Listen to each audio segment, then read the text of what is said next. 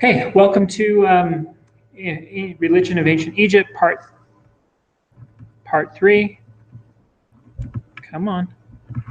Let's try that again. Welcome to the Religion of Ancient Egypt, part 3. I know my emails have been different from what I've actually done. I keep writing the talks and changing my mind about subject matter, but this one should be Funerary Texts, Architecture, Rituals, and Practice. Which isn't exactly what I said in the email, or in at least the one last week. So first, let's review very quickly. Lecture 1 was about Egyptian history, writing, and magic. So we described, the Nile, the geography, and the time periods: the Old Kingdom, the New Kingdom, the Old Kingdom, the Middle Kingdom, and the New Kingdom, and the intermediate periods that came in between. And we described Egypt's answer to what is the problem of the human condition and their prescription for the solution, which is Isfit, or chaos, is the problem. The solution is Ma, truth, justice, the Egyptian way. This made them very conservative. They're kind of the archetypical conservative politicians and religious people both. They were conservative politically and they were conservative religiously because stability was what they were after. And we talked about Egyptian writing, and we talked about how it was interpreted and talked a little bit about how to read it. For lecture, and then we finished with this discussion of Egyptian magic. These are wands from ancient Egypt, and we talked about how Egyptians believed that the symbol has some sort of extra power to it that captures something about the original. So the word is the deed, the symbol is the thing, the idol is a depiction of the deity, and it is the deity in some ways, and the mummy is a symbol of us and is us, etc. If you draw a protective circle, say the right words, and have the right symbols carved upon your wand, which is what these are for, then you can actually affect the physical reality around you by knowing the secret names and other things.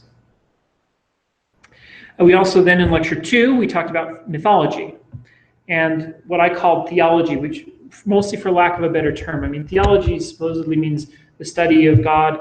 In this case, I'm using it more to refer to the study of beliefs about the nature of the soul, who we are, what we are, is there a life after death, what is heaven, what is hell, that sort of thing. So we talked about the gods, and we talked about how many there were and how they originated in different places and how their myths were synthesized together, combined and merged from multiple places. We told the creation story where the world was made out of water. Those 4 deities here at the bottom. Here. This to go away. Here. That didn't do what I wanted.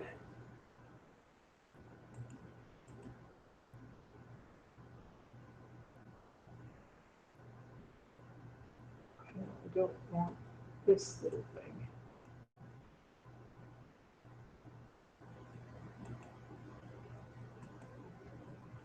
Huh. Okay. Anyway, we talked about how the world was made out of water, and they had these 8 deities who lived in the water, and we talked about how one deity arose from the water, Ra, or Atum, and caused dry land to appear. We talked about the Ben, which is the stone here, which is what emerged as the waters receded and the dry land appeared as a mountain. We compared that to Noah's flood. We talked about how mankind were created from the tears of God when his children left him after he created some. And then we talked about the children he created, right? There's the sky, who is the mother, and the earth, who is the father, and the wind, who holds them apart. We talked about how that's a little backwards. Usually you have a mother earth, father sky. This is backwards. And then we talked about the cow of heaven, the story. This is one of my favorite myths, about how Ra was the king on the earth. People, us, mankind, rebelled. The Eye of Ra went out and began to slaughter the people in the form of a bull. And Ra decided to save the people by making the bull drunk by turning the Nile River red. but it wasn't really red with blood, it was red with wine, and the bull in her bloodthirst to destroy all mankind drank the water and passed out drunk. And then Ra thought, great, I've saved mankind, but I'm really sick of these of people. After saving them, I've done my good deed and I'm tired of ruling over man. So he ascended up into heaven upon the back of a cow, and there he ruled from heaven and succeeded his rule from heaven to earthly successors. Well, first Osiris and then the kings that would follow after him, Horus, etc. Which brings us, of course, to the story of Osiris and his evil brother Set, who kills him and puts him in a box and dismembers him because he's jealous of his rule over Egypt, and of Osiris's dutiful wife Isis, who finds all of his pieces, puts him back together, creates a child with his dead corpse, and who was then Horus, and then brings Osiris back to life.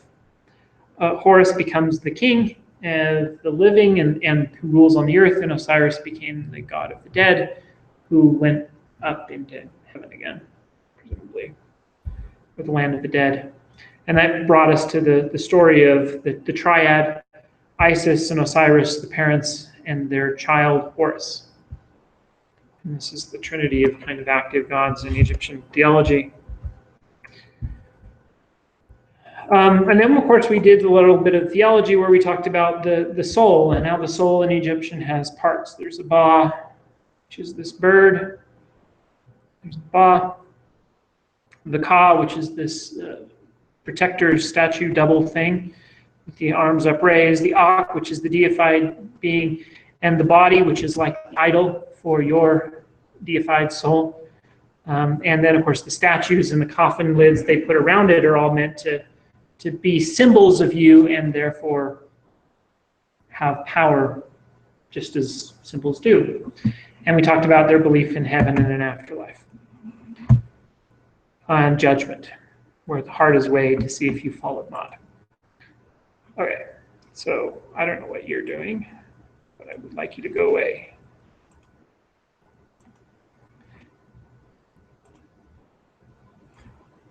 Okay.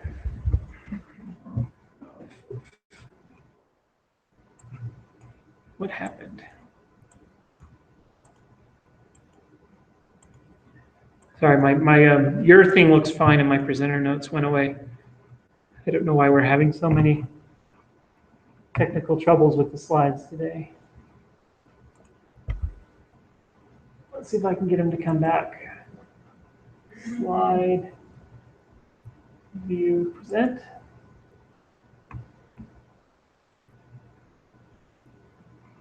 They didn't come back.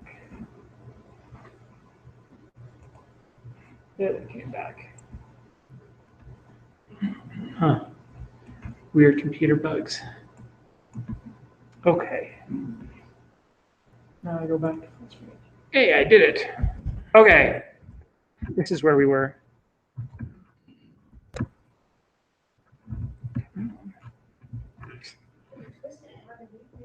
I don't know. All right.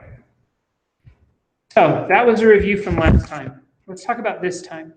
Now, every time I teach about this, we struggle with the order. And I talked about this a little last time because what's interesting to me are the connections between funerary practices, say, and the mythology. I have to teach the mythology before I can teach the other, because otherwise, at some point, I can't do one until I've done the other. But whenever I pick one to do, it's devoid of most of its meaning without the connections in my mind.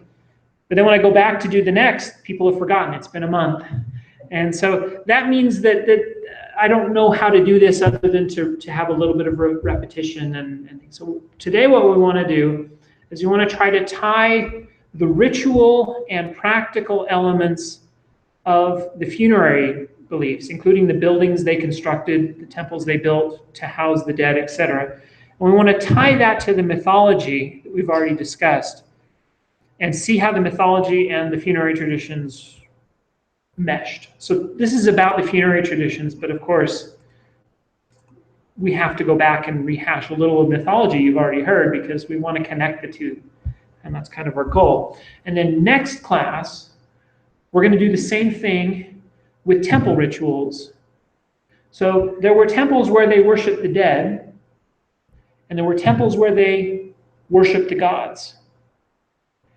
And the two are connected but different. They had different functions, different forms, and different rituals.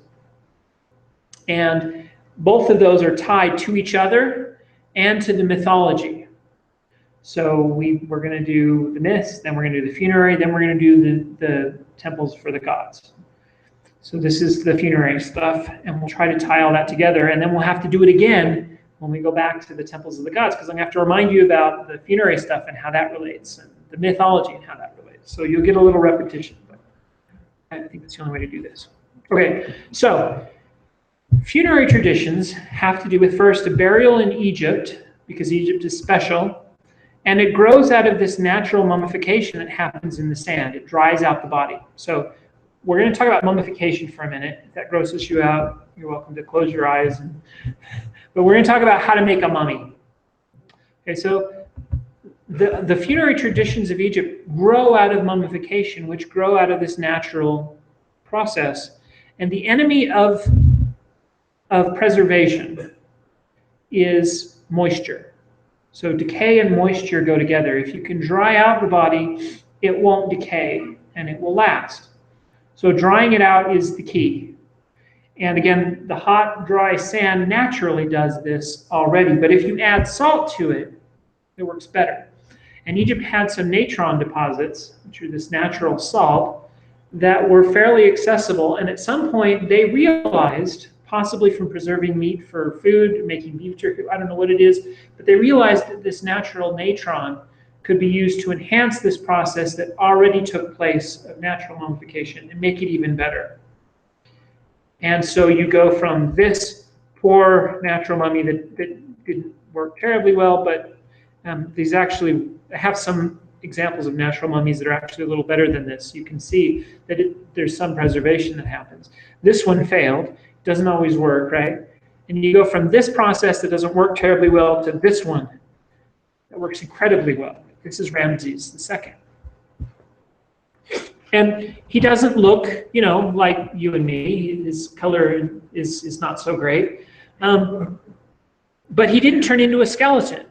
His flesh is still there. You can see his features. You can almost recognize what he would have looked like. He has a bent nose. I mean, you can see all that. You can look at him and recognize a face. He was preserved.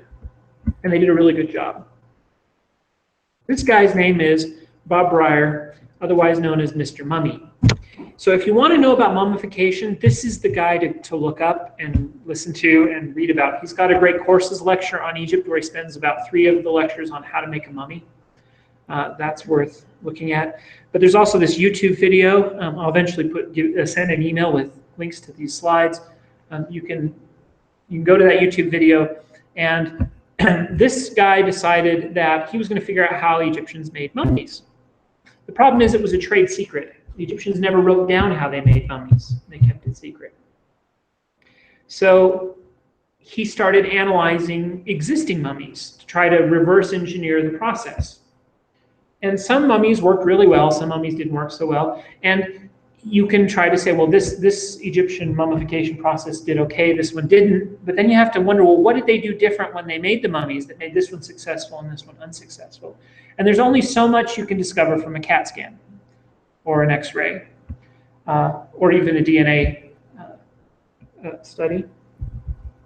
And by the way, we're not entirely sure we can pull reasonably good DNA out of mummies yet. It's my understanding. If someone's done it since I last heard, it hadn't been done last time I looked at this. Something about the age and the mummification process made it difficult to pull good DNA out. Now that's probably changed by now, but I don't actually know. It'll be interesting to do some DNA testing on some of these mummies because we presume certain family lineages that sometimes we don't know. Anyway, so eventually he said, well, if I can't figure this out by CAT scans, I'm going to just do it. And so some guy decided to donate his body to science, and he made a mummy out of him in the best way he could, with his best guess of how the Egyptians did it. And about halfway through, he has a long list of things he discovered. There were things we thought they did that just don't work. So clearly they didn't do that because it doesn't work. Physically, he couldn't, make it happen. So he improvised as he went and eventually discovered something that he thinks was a good process. But even better, now he has a mummy that he can X-ray and CAT scan and compare to the real mummies that he X-rays and CAT scans.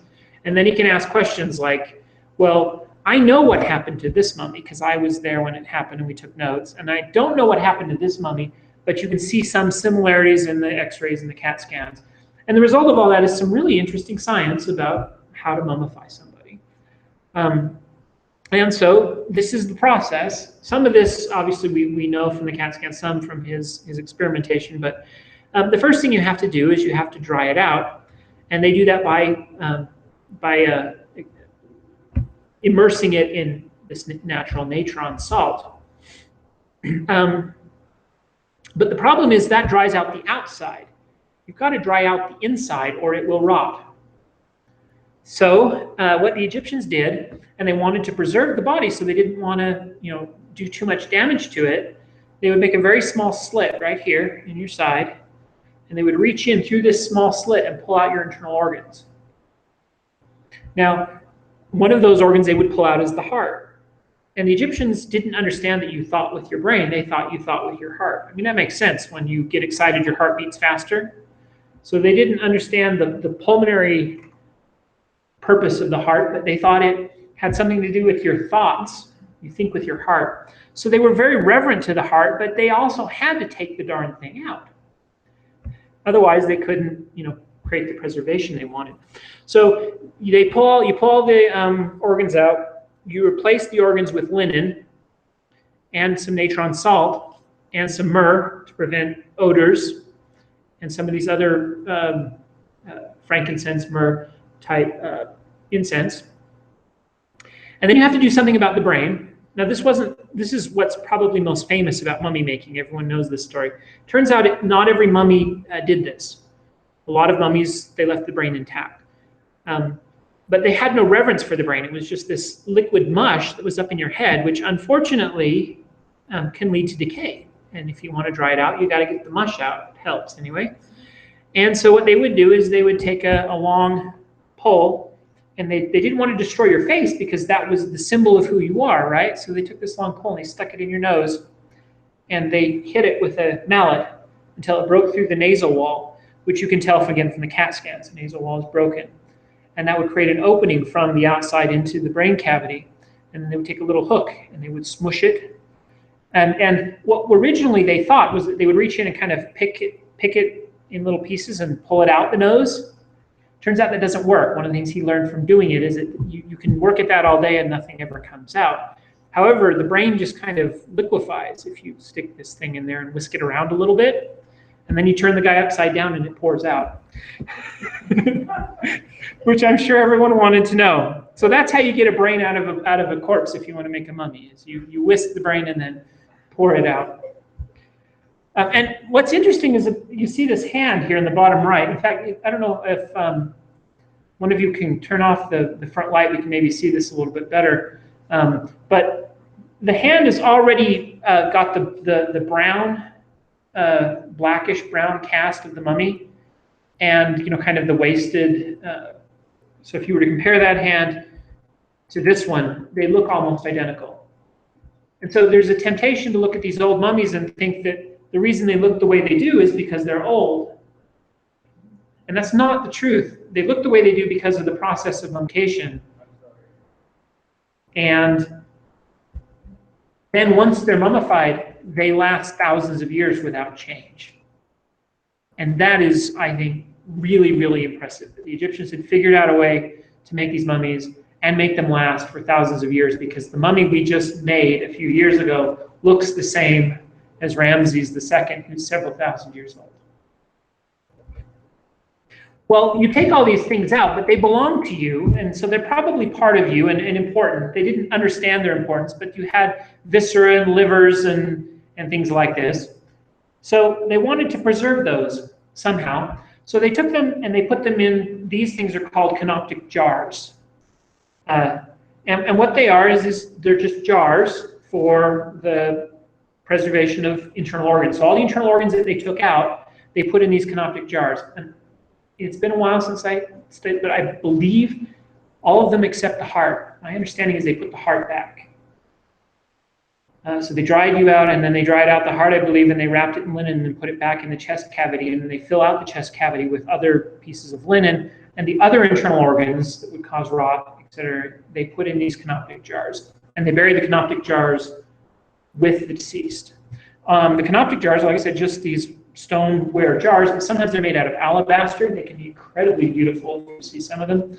And they always have these heads on the top of them, because the 4 Canopic jars are each one assigned a different deity whose job it is to protect that particular internal organ. And these deities are known as the sons of Horus. There's 4 of them. And the 4 sons of Horus represent a lot of different things. So you know, Horus, we already talked about, he's the deity that represents the incarnation of kingship on the earth. The sons of Horus represent, among other things, the 4 cardinal directions. So you can imagine the king's authority ascending out into the 4 directions. And they also represent the 4 Canopic jars and the internal organ protectors. You can see them here on a late papyrus. So what's interesting about these is they show up from the really early stuff, either the Old Kingdom or the first intermediate period, I can't remember when they show up, all the way to the late Ptolemaic period, which here's a depiction of a person being mummified. On the left is Anubis, who is mummifying the deceased, who's laying on the table, and under him are the 4 Canopic jars representing the 4 sons of Horus, where they will place his organs, and the mummifier is holding a knife to perform the incision that then removes the organs and places them in the Canopic jars, presumably.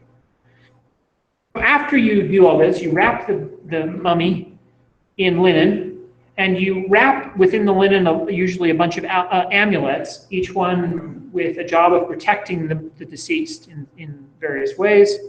And then you place the deceased in a sarcophagus. And my understanding is the term sarcophagus actually means body eater or something like that. And the reason was because some of the early mummies were found without, chests or anything, just laying in sarcophaguses, because they had been robbed and unwrapped, and their amulets stolen, and then the bodies had been thrown loose back in the sarcophagus, and the gold and other coffins that had been originally inside. There's a coffin, a mummy, a coffin, and a sarcophagus.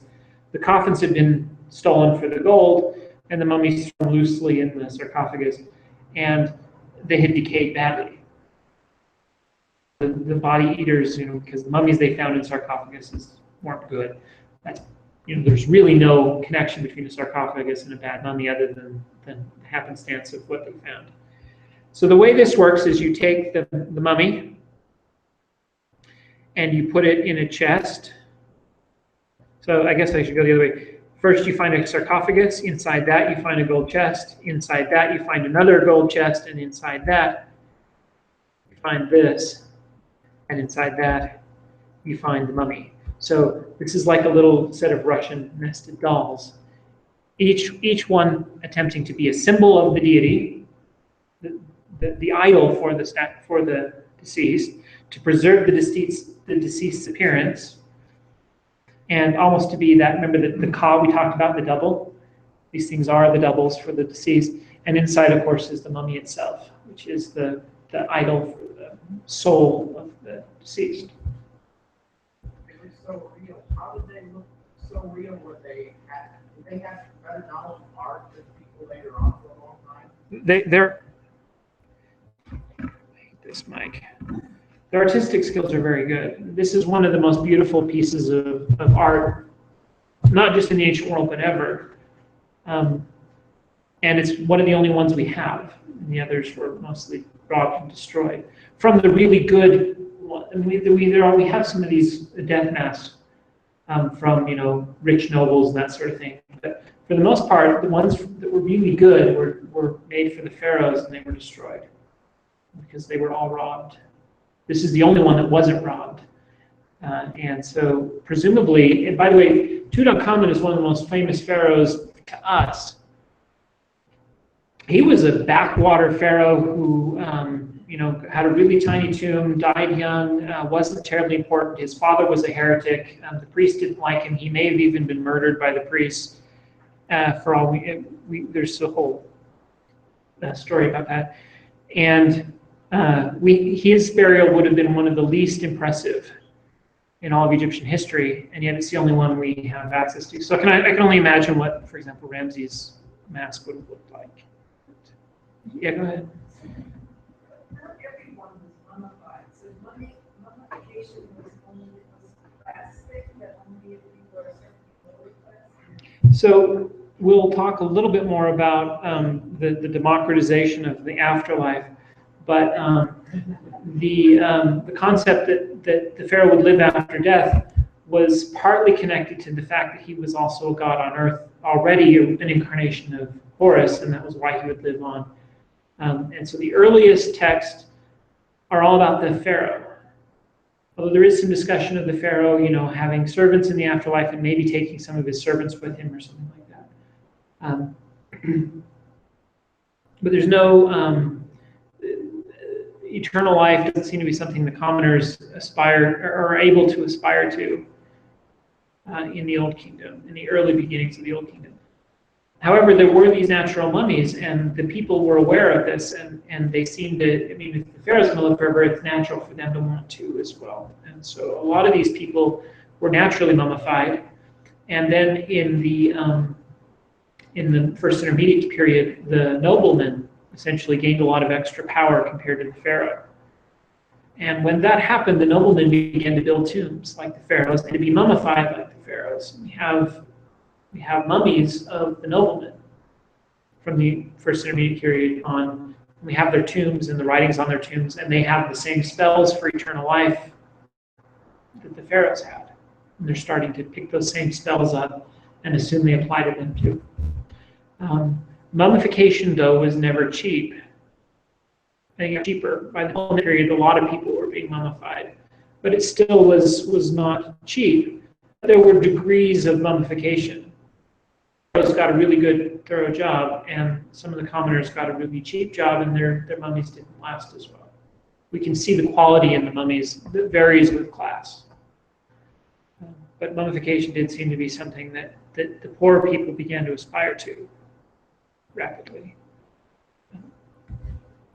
Okay, so that's what they do to the body. Let's figure out the buildings now they built around them, because one of the great wonders of the ancient world is, there were 7 of them, and one of them was the Great Pyramid at Giza, and it's the only one that's still around that you can still go see, and it's amazing. You see, I can show you pictures, but at some point you ought to stand there and just look at the thing. It's the size dwarfs anything that you can imagine, and they did that to preserve and to perpetuate eternal life and in their quest for eternal life. So I think it's worth spending some time talking about these sorts of buildings they built that grew up around this concept of creating eternal life for people through mummification, etc. So this is a map of Egypt with some of the tourist attractions marked on it. And one of the things you notice is that funerary temples and burials are almost always on the west. And the temples to the gods are, for the most part, on the east, but there's a few on the west. So it's like you can build a temple anywhere you want, but you build a tomb on the west. Now, given what we know about Egyptian geography and theology, we can begin to predict why that would be, right? So the rising and the setting sun is this whole birth, death, rebirth cycle. So the west is where the sun sets, the east is where it's born, so the living live on the east, the dead live on the west. And the Nile is this big divider that divides their nation right down the middle. And so that's the demarcation between the land of the living and the dead. Of course, there's really good farmland on both sides, so you can't waste the west side farmland, which is why you get some houses and you get some farms on the west, and you get some temples on the west. But for the most part, the people were, the big cities are on the east, and then the funerary stuff, that is almost exclusively on the west. Again, we begin with these natural, sand pit burials. But what they would do is they would dig a pit in the sand, they put the body in, they put sand over it. Well, jackals would dig it up and eat the bones of the dead and scatter them around. And if you're trying to preserve the dead, that's not a good idea. So they started digging these pits down and lining them with rocks. So this is a sand pit burial with rocks and often a rock-covered top to block it in. Inside, they would put grave goods from the very earliest age. So you get pots, jewelry, sort of things that people want to take with them to the afterlife. But soon those rocks that they were piling on top became a big mound. And the mound was nice because eventually they realized, well, the mound marks the spot where the person died. You can go to the mound to remember the dead and to worship the dead, to pray for the dead, or to ask the dead to pray for you, or etc. Or to bring extra goods, give offerings to the dead. So the rock mounds on top grew, and then eventually they became this. This is called a mastaba, which is a little flat table. And essentially it's a sloped side with a flat top, and you build these things over the top of these sand pit burials. So the burial is always under the mastaba, and the mastaba is built on top, often on top of the sand, so they don't always last very well. So this is a really good, well-preserved ones, but they'll often fall apart. And later they realized that what you need to do is move all the sand away and get down to the bedrock, build on the bedrock. Once you build on the bedrock, you can build the mastabas bigger and bigger and bigger, and they'll last longer and longer, and they'll be more and more stable. And eventually they started smoothing the bedrock so that you had a level. In fact, one of the things they've discovered is they put these channels. They dug a channel in the bedrock, and then they all the way around 4 sides, and they poured water in the channel. What the water would do is it would level itself out. And then what you do is you smooth the bedrock down to the level of the water that you had poured in this channel, and now you have a smooth, flat building surface that you could build your mastaba on top of. Then in the 3rd dynasty, along came this guy, Djoser. He's a pharaoh, and he had an architect named Imhotep who became so famous that this statue of him was built in the Ptolemaic era 3,000 years, 2,500 years later. They're making statues to Imhotep. Imhotep wasn't even a pharaoh. He was the pharaoh's architect. But he became incredibly famous, and in fact people would go to him. He became deified, and people came to his tomb to pray for healing and to ask for blessings from the gods.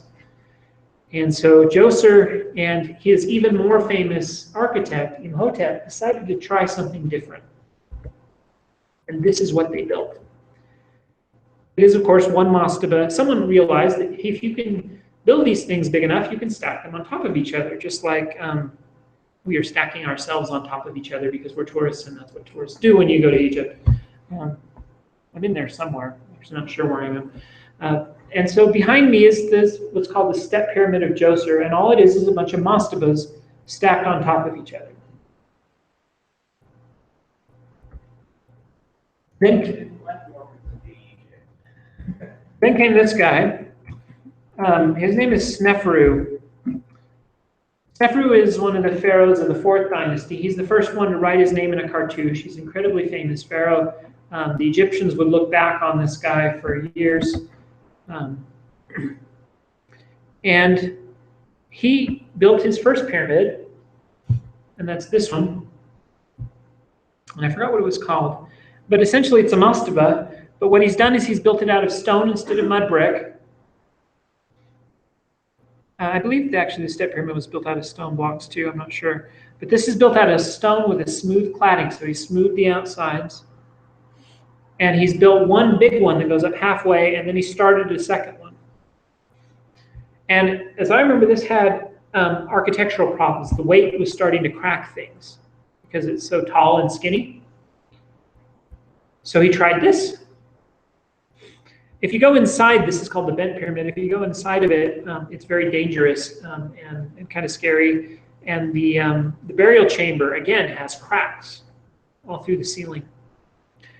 And In fact, I should have got a picture of the roof inside, but he invented something called the corbelled ceiling, which is essentially almost like an inverted pyramid that's designed to distribute the weight, because you can't put all the weight of a pyramid on a flat top and have a room inside of a pyramid. And so what he does instead is he has almost an arch, but it's not. It's before the arch was invented, but it's almost an inverted pyramid that has the same purpose as the arch. It distributes the weight down across to the sides so that you can have an open room inside of a big structure like this. Unfortunately, it cracked. And the reason it cracked, we think, is because the angle of the pyramid was too steep. And so it was becoming too heavy. And they realized that this wasn't going to work. It was going to be too heavy. And so he finished it anyway, and it was never buried in it. And then he built a third pyramid. So this guy built three, not just one, three pyramids. And this is called the red pyramid, mostly because if you actually get the right light on it, it kind of glows a nice bright red. It is a little bit darker stone than the others, so it's not really red. This is the red pyramid.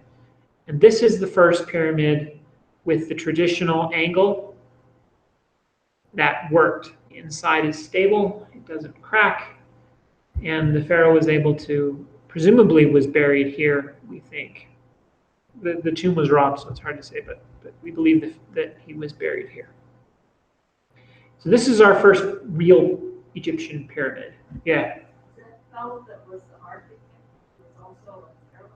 Imhotep, no. He wasn't a pharaoh, but he was deified later, and so later Egyptians thought of him as a god. He was deified, they prayed to him, they worshipped him. I think he was talking about this guy who built the Snefru. Snefru was pharaoh, yeah. He was pharaoh in the 5th dynasty. And an architect? No. Well, I mean, we don't know how involved he was in designing the pyramids he built, but there were 3 pyramids that were built for him. And you can imagine the work it takes to start over. I apologize. I think I did that wrong. Snefru's in the 4th dynasty. Djoser's in the 3rd. So Snefru's in the 4th dynasty, and he built our first, real pyramids. And also in the 4th dynasty are the Great Pyramids that round out the 4th dynasty, following in the footsteps of Snefru. And so these are the great wonders of the world, but of course they're imitating what Snefru did. Next to them are some smaller pyramids, actually shaped like mastabas. They're not fully shaped pyramids for the queens to be buried in. And connected with these pyramids, of course, is the Sphinx that they build. So you get the beginning of the what becomes the archetypical Egyptian thought: the pyramids and the Sphinx. Theologically, though, we got to talk about this. Why did they move from mastabas to pyramids to step pyramids to pyramids? It's connected to the solar cult. These people had a lot of interest in Ra as a deity. The slant of the pyramid is the rays of the sun, but it's also the mountain that arose out of the primordial waters. So if you want to be born again, how better to be born again than to be buried in a tomb that symbolizes the creation? Also, I guess I should have mentioned the waters are seen as a womb, right, in which the mountain is nourished and rises.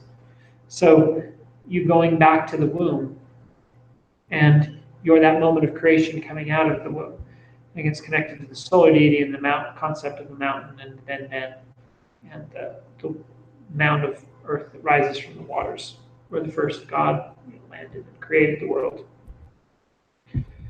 Buried with the pyramid was this thing. Now, again, the connection with the waters is, remember, the sky is blue because it's made out of waters, and to get to heaven, you're going to cross the sky. And so buried with the pharaoh is this Khufu's ship. It was actually taken apart and buried, kind of just in pieces. And the archaeologists had to reconstruct it.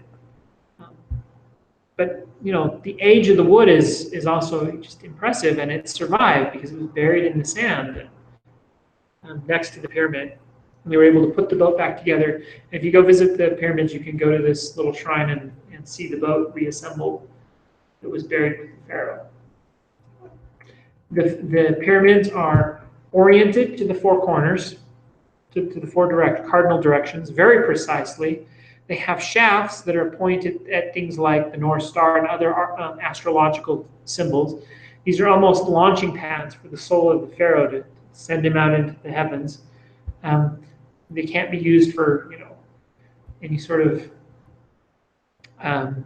sighting tubes or anything. Their only real purpose that you can imagine is for the ba of the pharaoh to pass in and out of the pyramid from the burial chamber out into the world and back, and then they point right at astronomical objects. The pyramids, though, as we see them today, are these big structures just kind of sit out in the middle of nowhere. Anciently, they would have been surrounded by a pyramid complex of buildings that are essentially temples. So the pharaoh is a deity, he's a god, he's worshipped. And so next to the pyramid, he's buried in the pyramid is blocked off, his body and the grave goods buried in it are presumably safe, and next to it is a temple where you can go worship the pharaoh. So these temples that are next to the pyramids have a lot in common with the later temples we will see that are dedicated to the gods. So what you do is you have a temple that's like a place to go worship and give offerings to the gods, next to the burial place of the pharaoh, where the pharaoh's mummy serves as the idol in a temple complex for worshiping the pharaoh god. By the next dynasty, the 5th dynasty, somebody woke up and realized building pyramids the size of mountains, artificial mountains, is probably too expensive and uses resources we could do other fun things with. Oh, go ahead, did you have a question, Elroy? If they are successful in getting people to worship them after they're dead, isn't that in competition with the next pharaoh? So the question was, if they get people to worship them after they're dead, isn't that in competition with the next pharaoh? The pharaohs kept very complete king lists. And the reason they kept these king lists was because they themselves worshipped the past pharaohs. And so the pharaohs worshipped the past pharaohs and felt that their power came from their connection to the past pharaohs. And this is, again, tied to the myths of Osiris and Horus. So when Osiris dies and is brought back to life and turned into a mummy by Isis, he goes and worships and rules in the land of the dead. And his son, Horus, becomes the incarnation of kingship and of God and worships and reigns in the land of the living. So by being the children of the pharaohs who came before, and by the fact that the pharaohs who came before are gods, the pharaoh who is alive today is worthy of being followed and worshipped and obeyed. And so part of this structure was designed to keep the people obeying the rules as if they were gods on earth. You can build structures like the pyramid when you have a god on earth as your king. And what he says is law because he's God. And that allows you to do all sorts of great things, like have an army and build a pyramid. And so I think you could imagine a situation in which, by deifying the past kings, they become a competition. But the way the Egyptians structured it, the deification of the past kings was exactly what gave the current king his clout and his authority. So by the 5th dynasty, I guess they either things were going downhill, it's not clear, or they just realized that this was costing too much time and effort to build the really big pyramids. And we could spend all day talking about, the socioeconomic status that let them build pyramids, the excess of food, the fact that they had an excess workforce because of the ability to grow more food than they needed, the fact that the way they grew food included a period when the land was inundated with water and they couldn't farm. So they had idle time when the farmers couldn't work their fields, and they could alternate between an alternative job. I mean, if I'm Pharaoh, I don't really want a bunch of inactive farmers with nothing to do, roaming around for 3 months, wreaking havoc. I want to give them a job and pay them, because if I do that, then everything's much more pliable. So to some extent, these work projects the pharaohs created, like the pyramids, served a social function as well. The myth that they were created by slavery and slave labor is a myth. We have inscriptions from the workmen who built these things. And they were farmers, but they were paid for their labor and effort. Of course, they were paid from taxes taken from them. But okay, so around the 5th dynasty, either economically things are not going as well, or the pharaohs have realized that building big pyramids doesn't really buy me that much in terms of deification, and gosh dang it, it costs a lot of effort I could spend doing something else. And I don't know what they spent the extra labor doing instead, but they probably had other work projects, roads and things they wanted built instead. And the pyramids shrink. So in the 5th dynasty, you get pyramids this size, and they didn't last as well either. They kind of crumbled if you look at them, and they're not as easy to see that this is a pyramid. But you can see here, the entrance still has some of its cladding on it. It must have been a beautiful structure, but a much smaller, beautiful structure. Yeah. Those lower structures in front, there are some skylights. I believe this is some modern stuff that's been built next to the pyramid, but I think to allow people to go underneath and because the pyramid has chambers underneath, which I'll show you in just a second. And I don't know if those skylights have been added to this, because I think this was lit by lighting, electric light. So I actually don't know what those skylights are. Are those even skylights or solar panels? Those may be solar panels to light the electric lights inside, I'm not sure. Yeah. So if it has lettering on it to read, was there some expectation that people should be able to read it? okay, so this is what happens in the 5th dynasty. So let's talk about this text, because the other pyramids have no text inside them. Sneferu's don't, Khufu's don't. This is why people talk about aliens building the pyramids, and you know, the Egyptologists don't know what they're talking about, because there's no, you know, text saying that Khufu built this pyramid. But as soon as you hit the 5th dynasty, the entire walls of the pyramids are plastered with text. And the texts tell you who built it. So this one is the pyramid of Teti. It's one of the, there's 3 main, Pepi, Teti, Unis, I think there's a couple others from this dynasty that all have texts on the walls known as the pyramid texts. And we'll read some pieces of it in just a minute. They didn't expect people to visit. The text was for the pharaoh. These texts include spells to help the pharaoh navigate the afterlife. So the text is for the pharaoh. People aren't supposed to be there, because this was also filled with grave goods and then blocked off. And we'll talk about the problem with building a big pyramid right on top of a big stash of gold in a minute. But they thought that people would go to the outside of the pyramid and worship. The grave goods and the idol would stay safe inside the pyramid, and it would be blocked off and sealed off and preserved forever. And on the walls then is a text that presumably only the pharaoh would read. Now there were other texts out in the place where you worship the dead king, but these texts are inside and they're for the pharaoh. So we'll actually read some of them in just a minute. And so that gives you a pyramid with a mortuary temple. By later periods, they built some pretty elaborate mortuary temples, and at some point they realized that, you know, the place where you bury the king and the mortuary temple don't have to be right on top of each other. And so this is the mortuary temple of Hatshepsut, which is very famous. I mean, this is one of those buildings that, you know, always you see on postcards in Egypt. It's got beautiful carvings, lots of wonderful texts to read, all about Hatshepsut, one of the female pharaohs of Egypt. However, her name was later erased from almost all of her monuments, but this temple was preserved. She also American. No. but there was some disagreement about whether she should have been pharaoh or should have passed it off to her son. And so it's not clear exactly who's angry at her, but later people go back and erase all of her inscriptions, possibly because they didn't like the idea of a woman ruling. It's not clear.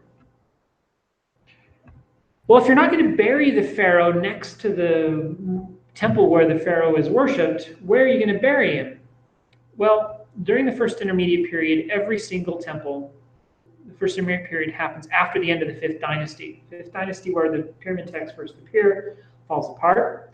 In the 5th dynasty, the nobles gain a lot of extra power. There is no one pharaoh. There's pharaohs in different places vying for kingship. There's no one unified Egypt. And things start to fall apart a little bit. And every one of the pyramids is robbed. Every single one. Go ahead. What year is this? First century. Well, I have a date here later on. I can skip to it. Here we go. 2400 BC is when the pyramid texts were happening. So in a couple hundred years after that, we'll have the first intermediate period. So, and of course, I think Hatshepsut's actually New Kingdom, I think, Middle Kingdom, I can't remember. So quickly, what happens during the New Kingdom is that they change how they bury the pharaohs. So pyramids don't work. They don't preserve anybody because the pyramids were all robbed. I mean, during the intermediate period, they saw the pyramids all get robbed. And so when the new pharaohs came to power, they realized maybe I shouldn't build a big pyramid on top of my tomb. I really want people to worship me, but if I separate my mortuary temple from the place where I bury my body, and I hide the place where I bury my body, maybe I'll have a better chance of not having my tomb robbed. It didn't work because the people who robbed the tombs tended to be the people who built the tombs. But the first thought was, well, we'll move to this place. This is called the Valley of the Kings. What's beautiful about this is if you look up at the top, you end up with a natural pyramid. You see it? So they're still being buried in a pyramid. They're just being buried in rock-cut tombs under this natural pyramid in hidden little alcoves where presumably no one else knows where they're at. And it worked for one of them, Tutankhamen. And every other one was robbed. I'm curious, were there myths or stories concerning what happened to the pharaohs when they were robbed? If you believe, were they off in heaven, therefore not bothered, or are they given some special problem? Why is it that you want to continue to help the new ones? What do you believe happened to the old ones? I don't know what they thought happened to the old ones, but the robbing of the tombs of the old pharaohs was an existential crisis for the new pharaohs, who wanted to live forever, so they didn't want that to happen to them, because they really believed that you had to preserve the body to make this happen.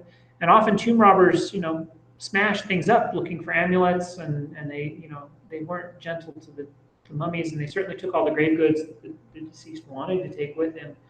And yet, if these were deities, presumably, why didn't they prevent it from happening? I mean, this was some sort of an existential crisis.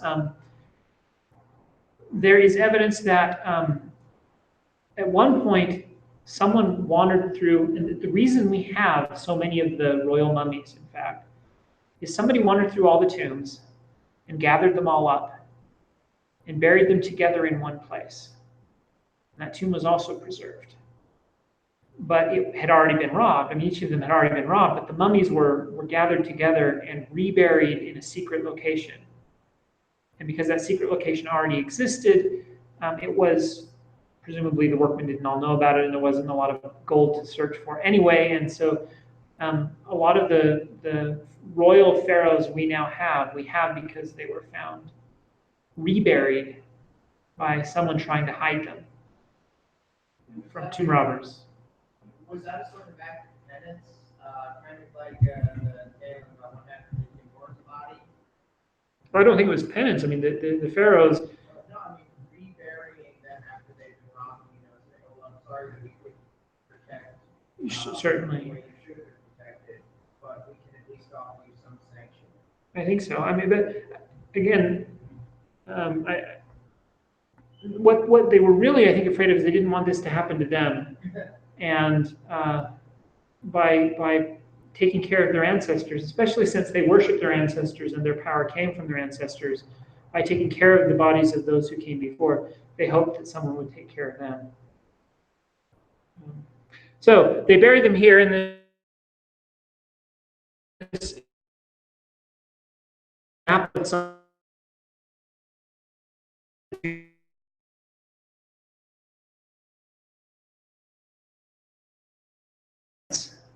This is the place you ought to go visit. Some of them are open. You can go in, you can look around, and they're beautifully painted. So this is almost a continuation of the pyramid texts, painted in this time in plaster instead of carved into stone. But these are not just texts anymore; they're also covered in artistic drawings of various things. And so now that we have some mythology under our belt, we can recognize what we're seeing here, right? That's the sky goddess that stretches across the sky, that gives birth to the sun in the morning and swallows him in the evening. That's her. You see on her belly the stars. The sky is blue, covered in boats, because this is you sail across the sky. So you can see how the theology and mythology we described last time connects here. You also have these big stone sarcophaguses in the middle of these rock-cut tombs, carved with the kind of angelic protectors on all four sides. These will show up later in the Israelite Ark of the Covenant as the cherubim guarding the mercy seat, or the idol if you're a Canaanite temple. These are the guardians. They sit at the four corners of the shrine to guard it. And this one is fun. This one's from the tomb of Seti I. And I don't know if you recognize this, but this is from the story of the bull of heaven, when Ra saves everybody by getting the cow drunk and then rides the bull up into heaven to live in the heavens and leaves mankind behind. So can you think of why the story of the bull of heaven would be something that Seti or a New Kingdom pharaoh might want to put on his tomb wall?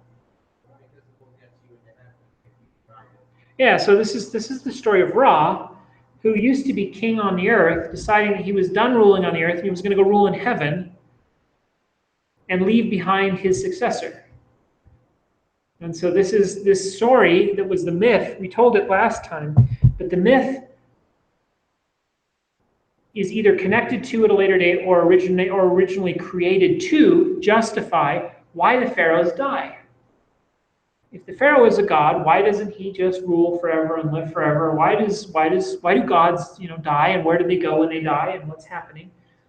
And the answer is, well, mankind rebels, and it's really annoying to rule mankind forever, and you get tired, and eventually you go rule in heaven, and you leave behind a successor. Even Ra did that. That's why the sun is in the sky and not here on the earth today. And so you can see how the story we told last time connects to the theology that surrounds the pharaoh and why he dies, why he then leaves the earth and goes to heaven and takes a turn, letting someone else rule. Okay, this one is from Tutmosis. So now we're going to do Tutmosis for just a second. And again, Tutmosis is the son of a heretic pharaoh, which we really should talk about because his father was the first monotheist we know of, which was heretical. When he died, his son reestablished the old religion, either because the priests made him do it or because he chose to do it. It's hard to tell. But then he died, and there's evidence in his mummy that he died a violent death. And so there's theories that maybe he tried to reestablish his father's monotheism or really believed in it, or who knows. And the priests were controlling him and eventually killed him. There's all sorts of salacious murder stories you can tell here, murder mystery stories. But in any event, he's a fairly unimportant pharaoh. In fact, his name was among those his father and his whole household, the Amarna pharaohs, were erased by later pharaohs. So if you look at a king list, he's not on it. which is one of the reasons I think no one went looking for his tomb. They erased his name, and by so doing preserved him for all eternity, because now Tutankhamen is the most famous pharaoh to ever live in Egypt. But yet his tomb is relatively small. But when this is what it looked like when they opened it, complete with a map of where they found the different things. If you go to the Cairo Museum in Egypt, you can see all this stuff that they pulled from his tomb. And this is how it was packed into the tomb. And I guess mostly what I want you to get out of this is it was packed tight. And this tomb is really small.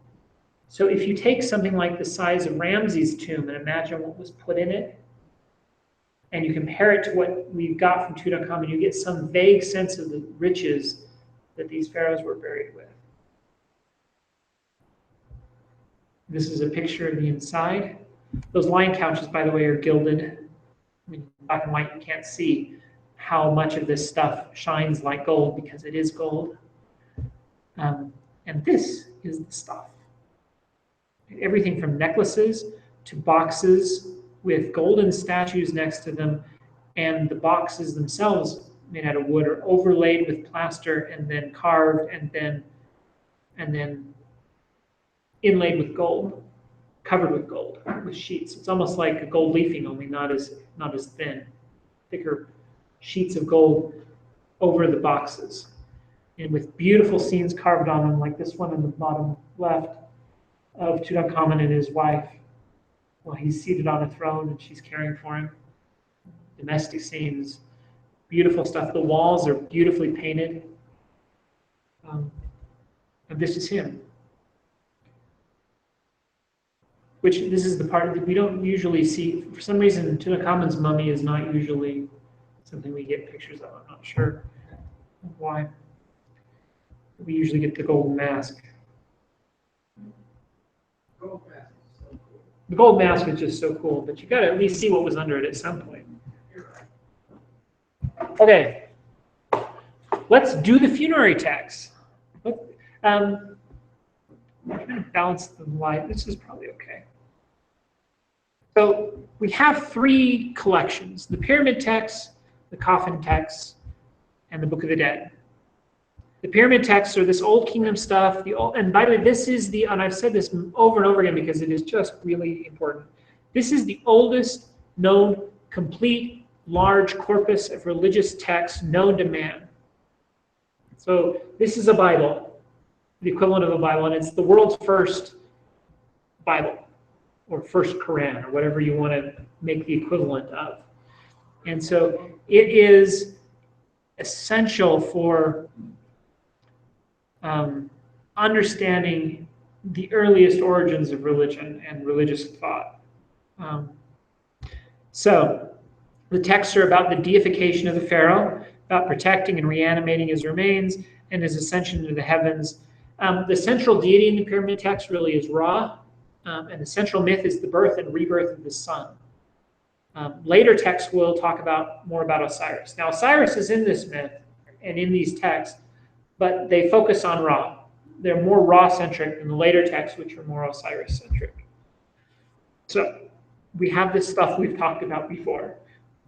The sun is born, and it dies, and it's reborn.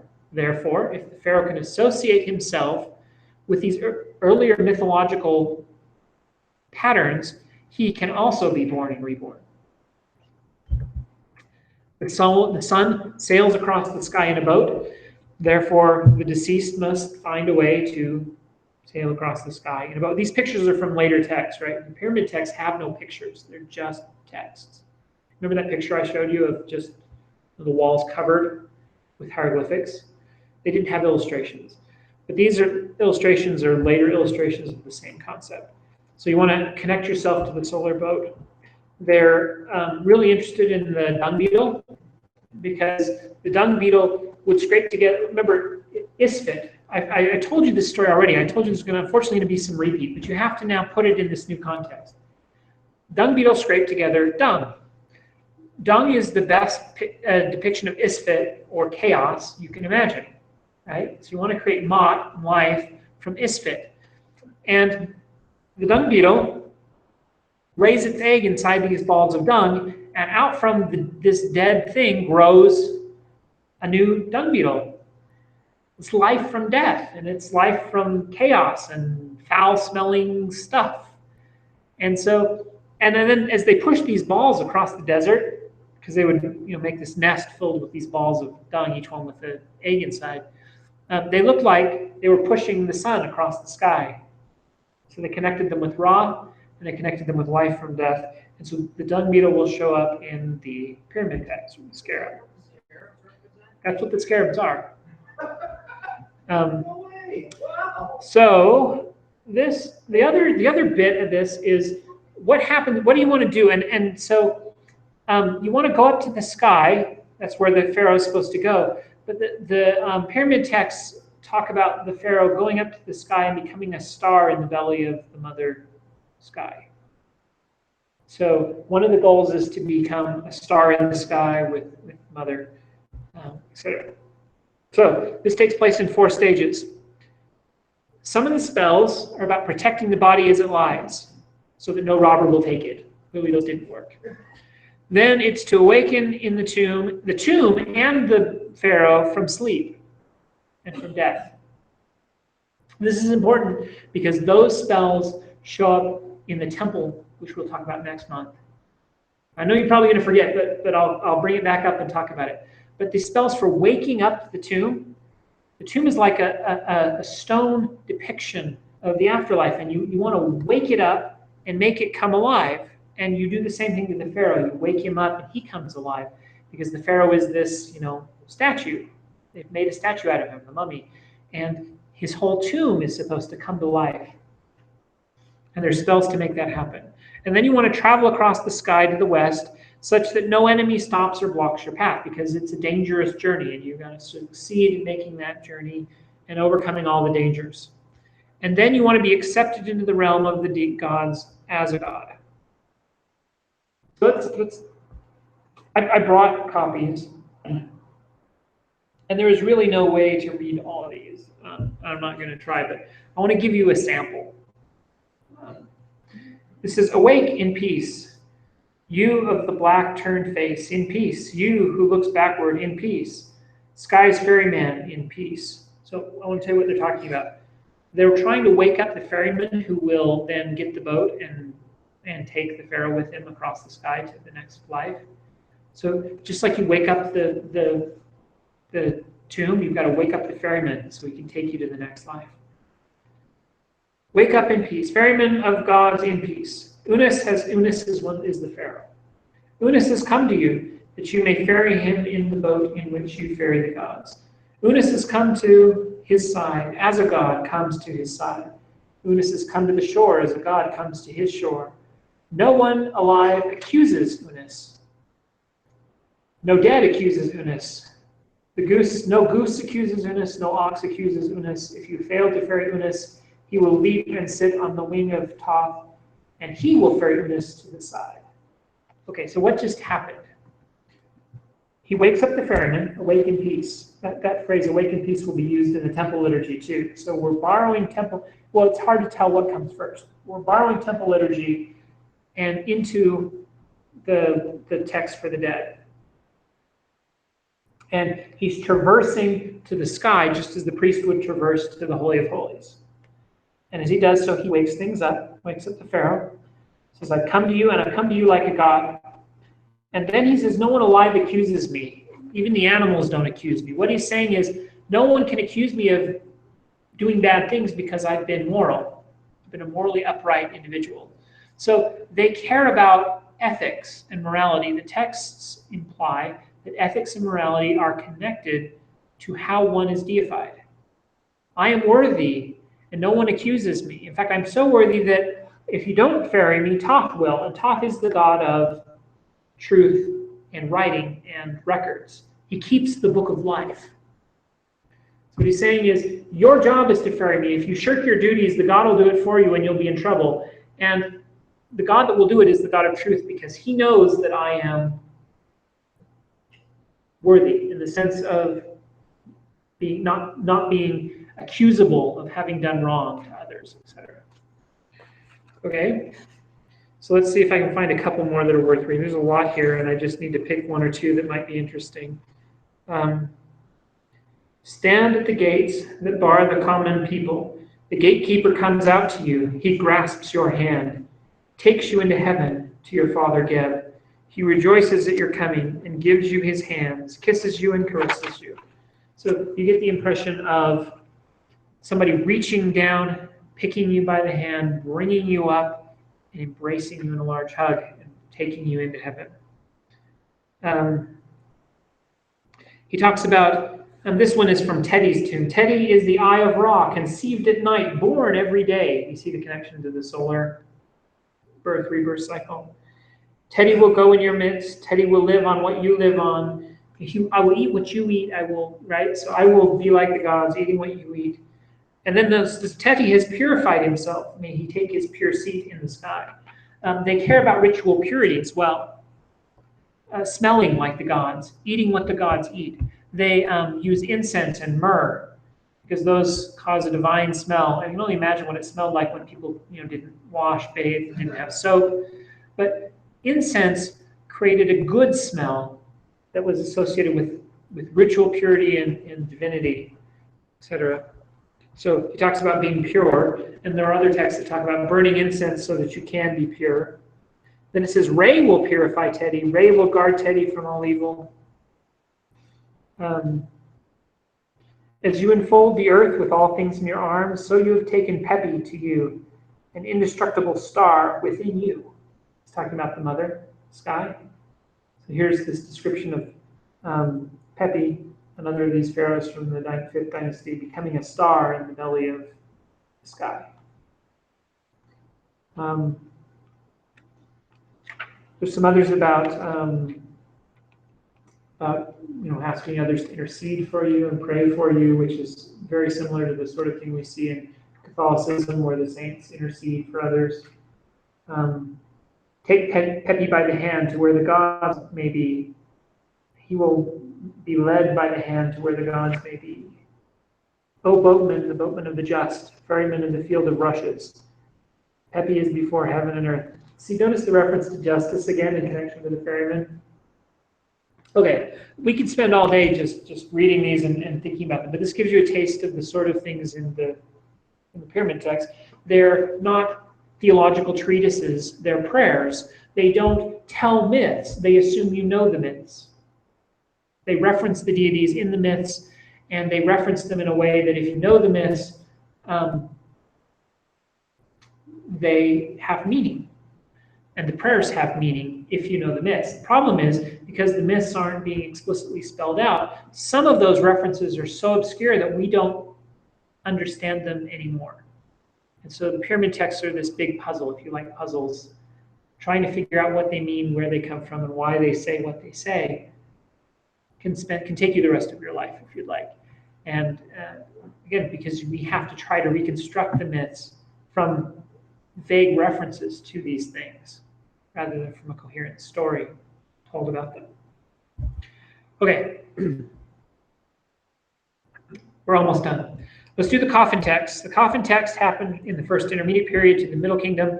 They're related to the pyramid text, except now there's deification for all instead of the pharaoh, because the poor may not be able to carve these texts on his wall, but if those texts really get you into heaven, gosh dang it, I want them with me too. So they write them on the inside of their coffins. The central deity shifts a little bit. It is no longer Ra and the solar boat being born and reborn. This time it's Osiris. That makes sense. Remember the myth of Osiris and the connection to the coffin? Remember Seti? Yeah, he finds a coffin that exactly fits, and he gets in the coffin and he nails it shut and throws him in the water, and then he cuts him into pieces. You remember that whole story?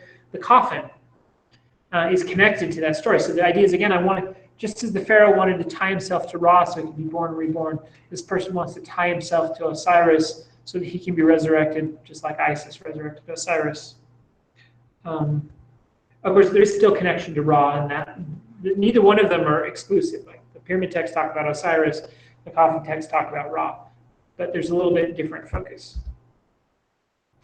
The Book of the Dead comes next. It's even cheaper to write this stuff on papyrus.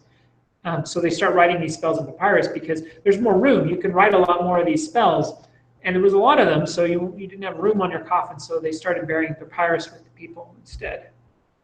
And that gave us the Book of Dead, which the Egyptians called the Book of Coming Forth by Day. So from the Second Intermediate period to the Ptolemaic period, this becomes popular. Again, this is the best translation if you're looking for one. It's called the Ancient Egyptian Book of the Dead by R.L. Faulkner. And what's wonderful about it, in my mind, is it's filled with beautiful illustrations, just as the real Book of the Dead was. It's covered in illustrations. And he's got photographs of these texts that you can look at, as well as translations. Let's talk about what's in here. Now, again, there's a lot of spells, but I'm going to talk about some of the most interesting to me. This one is the opening of the mouth ceremony, which is related to the waking up of the temple. You wake up the temples, and you wake up the tomb, and you wake up the deity, and you wake up the ferryman, and in this case, you're waking up the pharaoh. And the way you wake up the pharaoh is you take this little wand thing that they're holding up next to his mouth. Let's see if I can get him. Yes, here we go. This wand thing right here, and this right here. There's several tools used for this. And you go up to and notice this guy here is holding a spoon. It's got a blow tube here, a hollow tube here, and then a carved hand on the bottom in the shape of a cup. And in that is a bowl.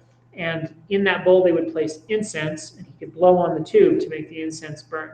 So he is purifying this person, the deceased, with incense, and they're going to open his mouth with these ritual implements, and there's the people mourning his death, and there's Anubis behind him holding up the mummy.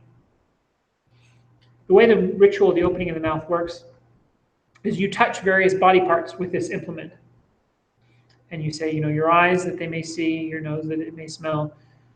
And then they take your mouth and they open it and say that now you can breathe and speak. And what they're trying to do is spiritually bring them up to life. Ritual of the opening of the mouth from the Book of the Dead. This is a hypocephalus. It is a funny round thing is the best way to describe it, placed behind the head of the pharaoh. I am convinced this is probably where the Christian idea of a halo comes from. The halo's on the. That's just my own personal weirdness, but it has written on it, Book of the Dead 162, which, let's see if I can read this. It's getting dark enough that it's going to be hard to read. Let's see if I can find it. Yeah, the problem is if we turn the lights on, then we can't see the projector, and if we don't, I can't read my book. So let's see what I can find here. Okay, 162, spell to cause to come into being a flame beneath the head of a spirit. It's long, I'm going to skip kind of to the end. Words to be spoken over a statue of an ehet cow made of fine gold and placed in the throat of the deceased. So they're putting amulets. Remember I told you as they wrap the deceased, they put amulets here and there. So these are the words spoken as you place this particular amulet. Also, a drawing of it on a new papyrus scroll placed under his head. So you put one here by the throat and one under the head with a drawing. So there's usually a bull, see here, and a drawing. And it says, a great quantity of flames will envelop him completely like one who is on earth. A very great protection which was made by the ehet cow for her son Re when he set. His place will be enclosed like a blaze, and he will be a god in the realm of the dead, and will not be repulsed from any portal in the netherworld in very truth. You shall say as you place the goddess at the throat of the deceased, O you most hidden of hidden gods in heaven, regard the corpse of your son. Keep him safe in the realm of the dead. This is a book of great secrecy. Let no one see it, for that would be an abomination. But the one who knows it and keeps it hidden shall continue to exist. The name of this book is The Mistress of the Hidden Temple. It's very mysterious. I think that was a real book. Probably. Would be my Well, it's a reference to a text. Book, spell, scroll, text, something. Let's think about, let's see, what was I going to say here? It talks about a fire coming under his head. Now, one of the things about dead people is, of course, they're cold. So you're reanimating the body, recreating the ability to breathe, and bringing heat back to the dead. And you'll notice the references to the sun. So the sun is this big round ball of heat. And it talks about as it set, this is the protection that was given to Ra when he set so that he can be born again. So in this circular thing, you have boats for taking the solar bark across the sky. You have the monkeys with the solar disc on their head worshiping. And by the way, where that comes from is there were actual monkeys in Egypt who liked to raise their hands and chatter at the sun as it rose. And they thought they were worshiping the sun.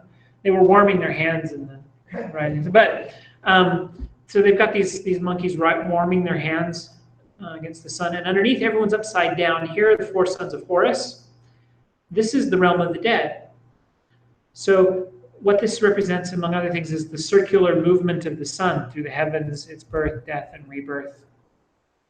And so you get depictions very directly, of course, of the birth, death, and rebirth of the sun. And the solar bark passing through the doors. Remember it talked about no one will stop you from passing the portals? So here's these depictions of the solar bark passing the portals.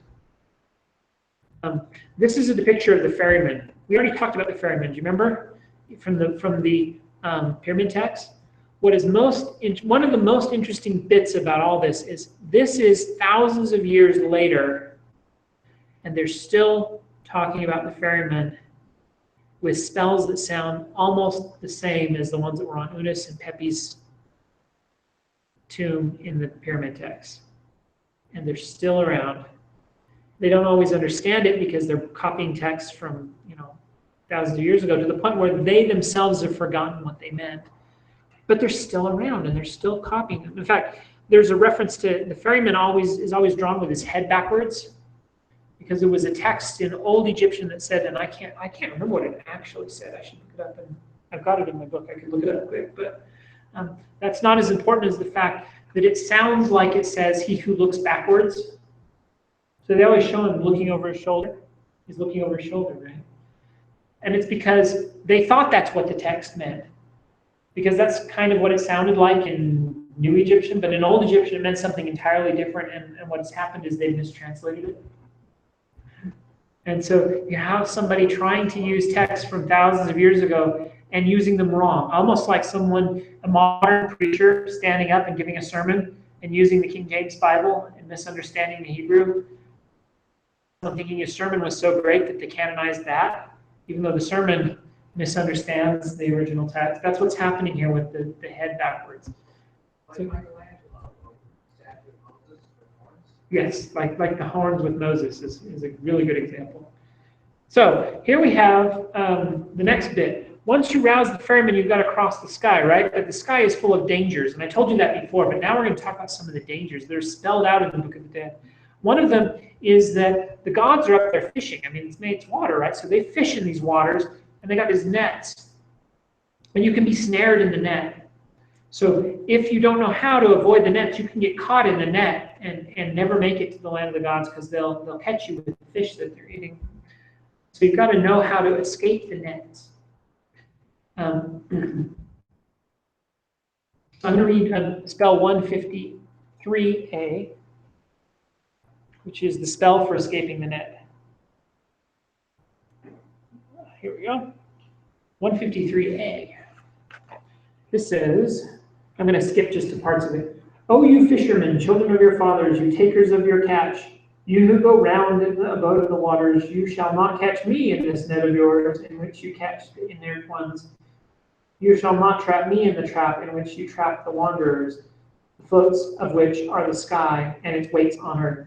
I have escaped from its snare. I know the reel of it. It is the middle finger of Sokar. Now, I want you to gather just how weird this is. I know the guard beam in it, it is the shank of Shemshu. I know the valve in it, it is the hand of Isis. I know the cutter in it, it is the knife of Isis, with which the navel string of Horus was cut. They're talking about cutting his umbilical cord. I know the name of its floats in it and its weights, and the knee of the double lion. I know the name of its cords with which it catches fish. They are the sinews of the tomb. And it goes on like this for a page and a half. Okay. Let me skip to the end. I hear the words of the gods. I do as they do. I rejoice as they rejoice over my call. I live on what they live on. I ascend to your ladder with which my father Re made for me, and Horus and Seth grip my hands.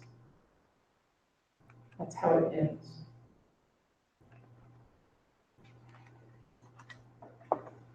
So what in the world is that about? Well, we don't know. But there's a couple things we do know. The name for the net in this text is called Yadet. That just happens to be the name of the veil in the temple. So what they've done is they've created an analogy between passing the veil of the temple into the Holy of Holies and passing the fishermen's nets in the sky to the realm of the gods.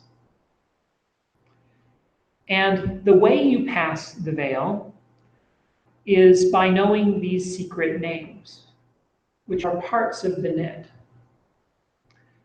Presumably those names had meaning once upon a time. But the meaning was probably tied to myths and stories that we don't know. They're referencing stories that we don't know. For example, some of them we do know, like this is the knife with which Isis cut the cord of Horus.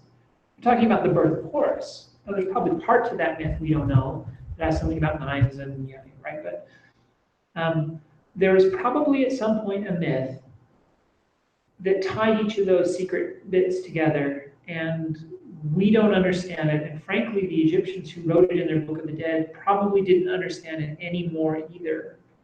But at one point, each of those things had meaning. And they've turned into secrets that if you know the secret, you can pass the net.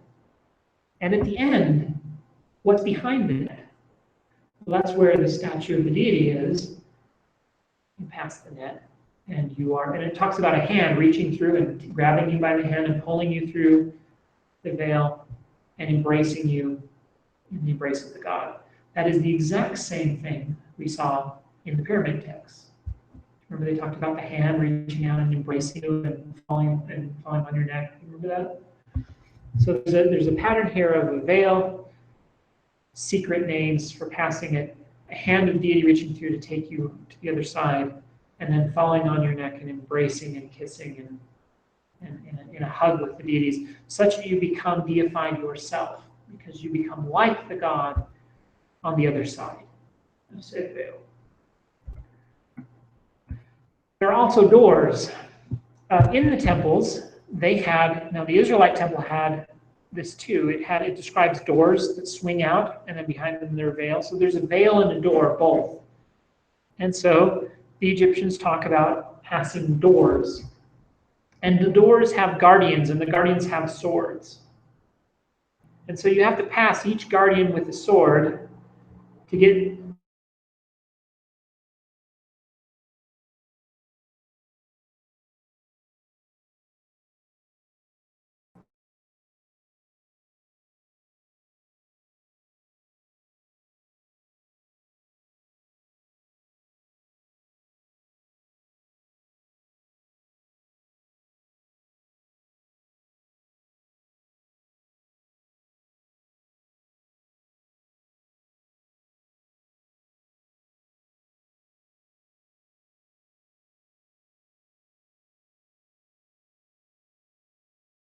that let you pass.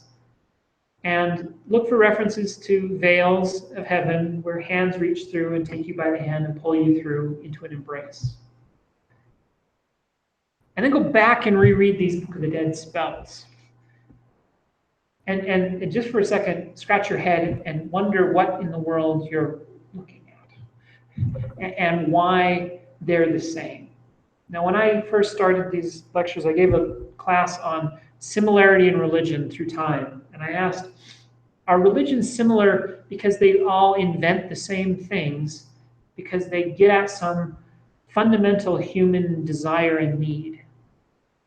Or are they similar because they evolved from a common core? If they did evolve from a common core, what was that common core, and how did it spread from place to place, such that rituals that are described in the Book of the Dead that we couldn't even read for 2,000 years show up in an initiation that was designed by stonemasons in the Middle Ages? And that question keeps me up at night and makes this entire discussion interesting to me. Okay.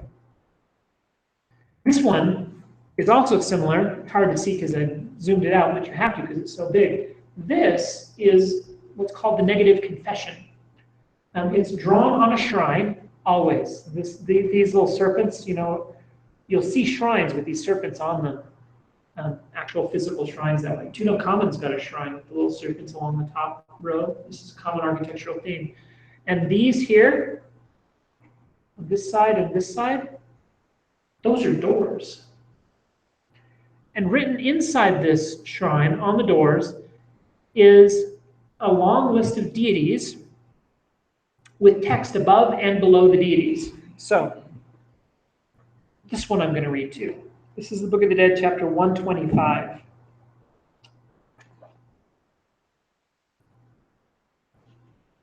O far strider who came from Heliopolis, I have done no falsehood. O fire embracer who comes forth from Kebrab, I have not wrought. O Nusi who came forth from Heliopolis, I have not been rapacious. I don't even know what that is in English. O swallower of shades who came forth from the cavern, I have not stolen. And it goes on like that for a page.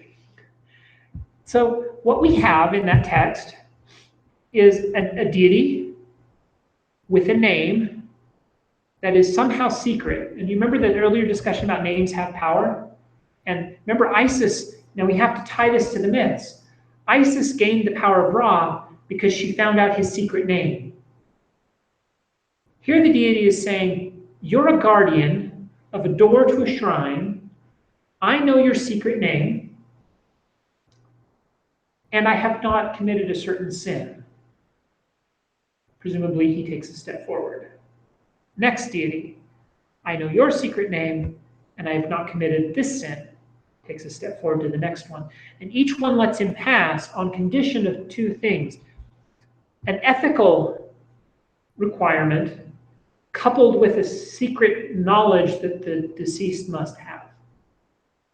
And if he can do that, he can pass. Once you get through the negative confession, then this is, we've already talked about this, you weigh the heart against Ma'at to see if it balances truth, justice, in the Egyptian way.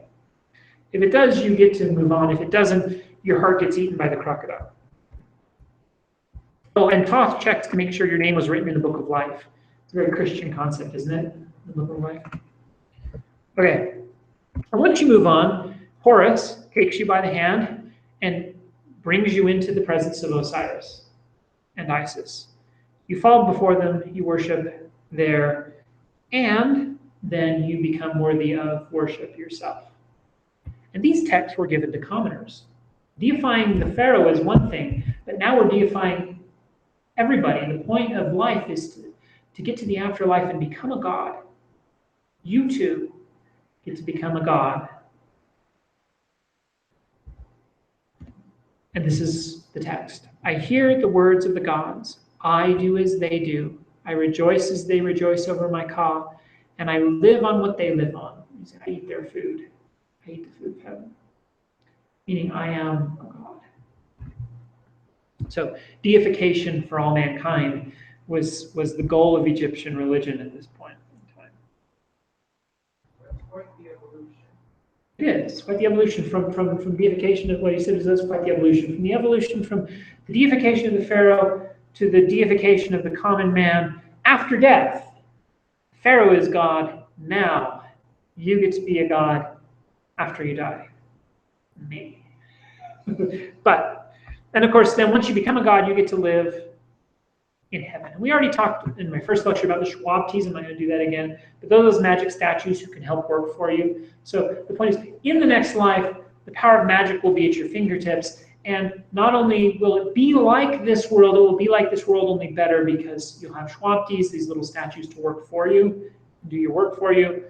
And you won't get old, you won't get sick, you won't die. We get to live forever in paradise on earth. Deified ourselves. At later points, the Book of the Dead was replaced by, to some extent, a simpler, but also just kind of more corrupted book called The Book of Breathings, made by Isis. But remember, who's Isis?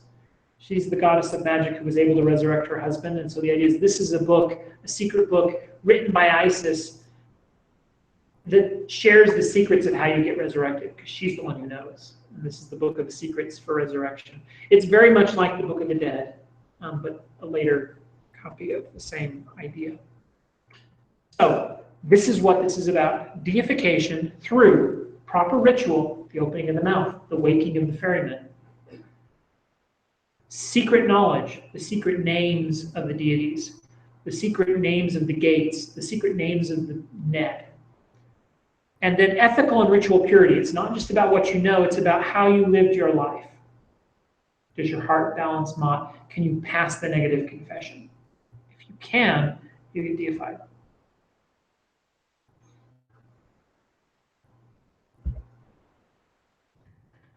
So I have to just drop a hint for my favorite theory for where this all comes from. Remember I told you what keeps me up at night is wondering why these things are so similar. This is Jan Assmann.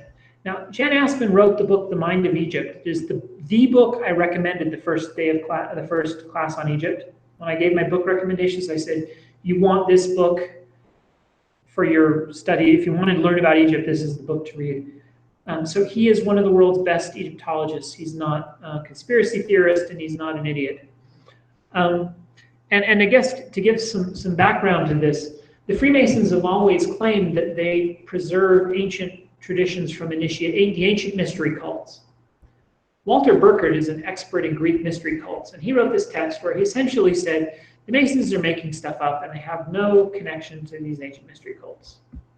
And it's nonsense that they claim they do, but the mystery cults are interesting, and then he gives this whole book worth of discussion of mystery cults, but he starts off by saying, don't believe the Masons when they tell you their preservation of mystery cults. Jan Assmann, and Burkert is probably the world's best Greek historian of Greek religion. Jan Assmann is probably the world's best historian of Egyptian religion. So what we're doing in this is we're pitting the world's best Greek religious person against the world's best Egyptian religious person and asking the question, where does Freemasonry come from? And both of them actually bother to weigh in on the subject, which is fascinating. This is what Jan Assmann says. 30 years ago, in a fine study on the Egyptian background of the magic flute. Do you know what the magic flute is? Yeah, Mozart. Mozart wrote an opera. Mozart was a Freemason, and he wrote an opera about Egyptian initiation rituals that he connected to ancient Egypt. In a study on the Egyptian background of the magic flute, Siegfried Morenz expressed the view that a central aspect of ancient Egyptian burial ceremonies lay in a sort of priestly initiation into the realm of the dead.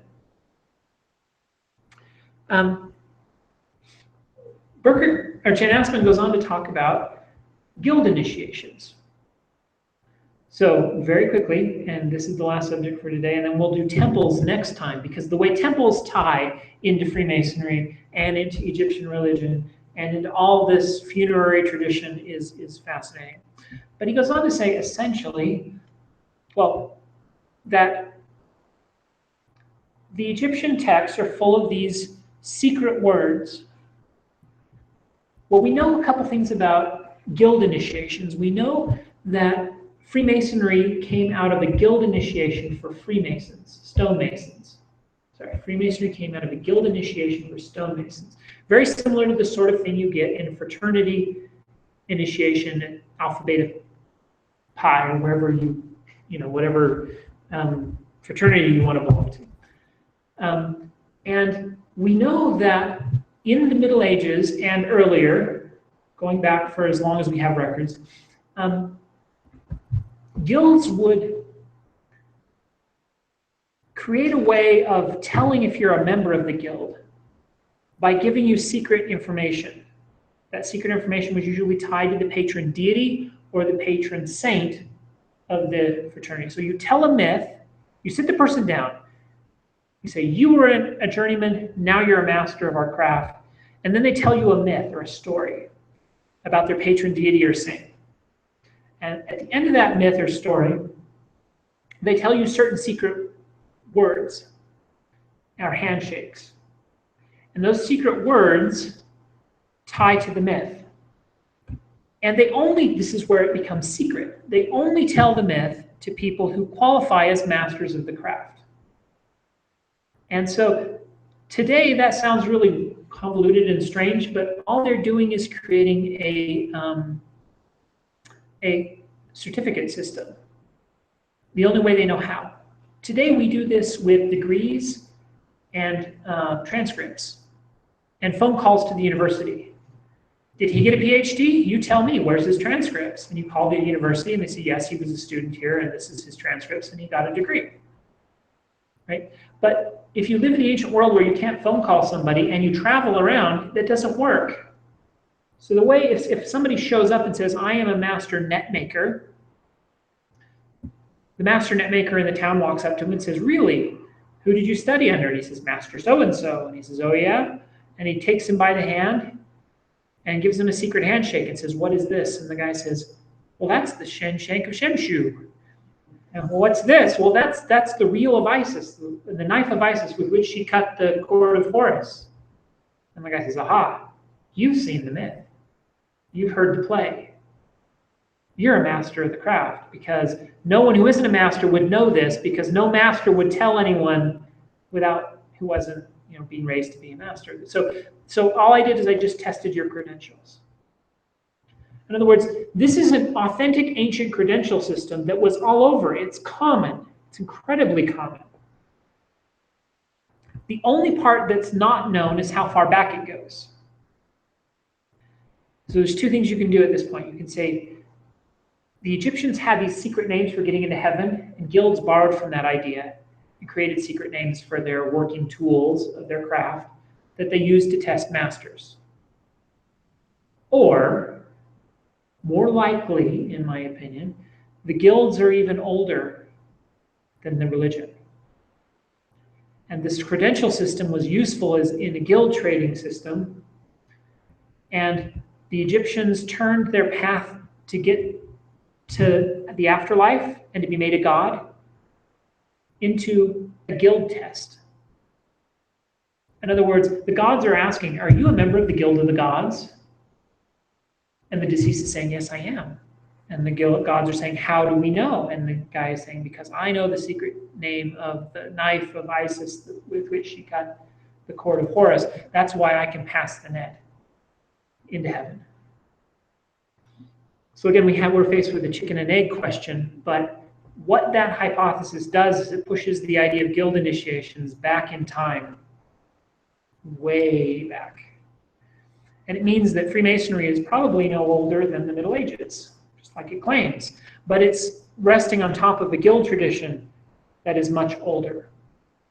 And the Masons' myth and all that stuff they made up about being the builders of the Temple of Solomon is made up. I'm not saying it's accurate, I'm saying it's made up. But their pattern with which they test a candidate goes back further. And it's the only way, I believe, to make sense of the Book of the Dead.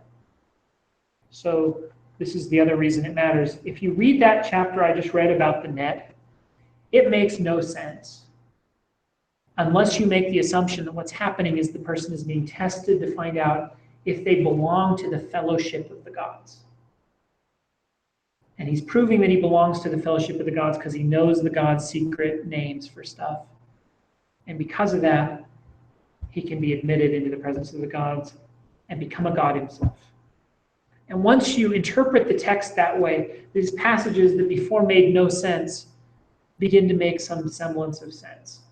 And so I believe that Assman has kind of hinted at the only way to make sense of this text and of what the Egyptians are doing. So I'm out of time. Next month, we will tie that same concept that we just discussed today to their temples. We've already tied it to the funerary traditions, and next week we'll talk about the building of the temples at Karnak, Luxor. We'll talk about Arks of the Covenant, how the Israelites borrowed from these ideas and used them in building their temples and in designing their temples. We'll talk about what the arks looked like, how they were used, what they meant to the Egyptians. And we'll talk about, again, passing the path through the sky, realm of the dead, past the veil, past the door, into the statue of God where the Holy of Holies is, where you fall on your feet and kneel. And we'll talk about the daily ritual that they then performed with the statue and the deity. And we'll tie all that again back to the same thing, back to the funerary traditions, back to the mythology, and back to this idea of guild initiations. So, one more, and I'll see you next month. Thanks.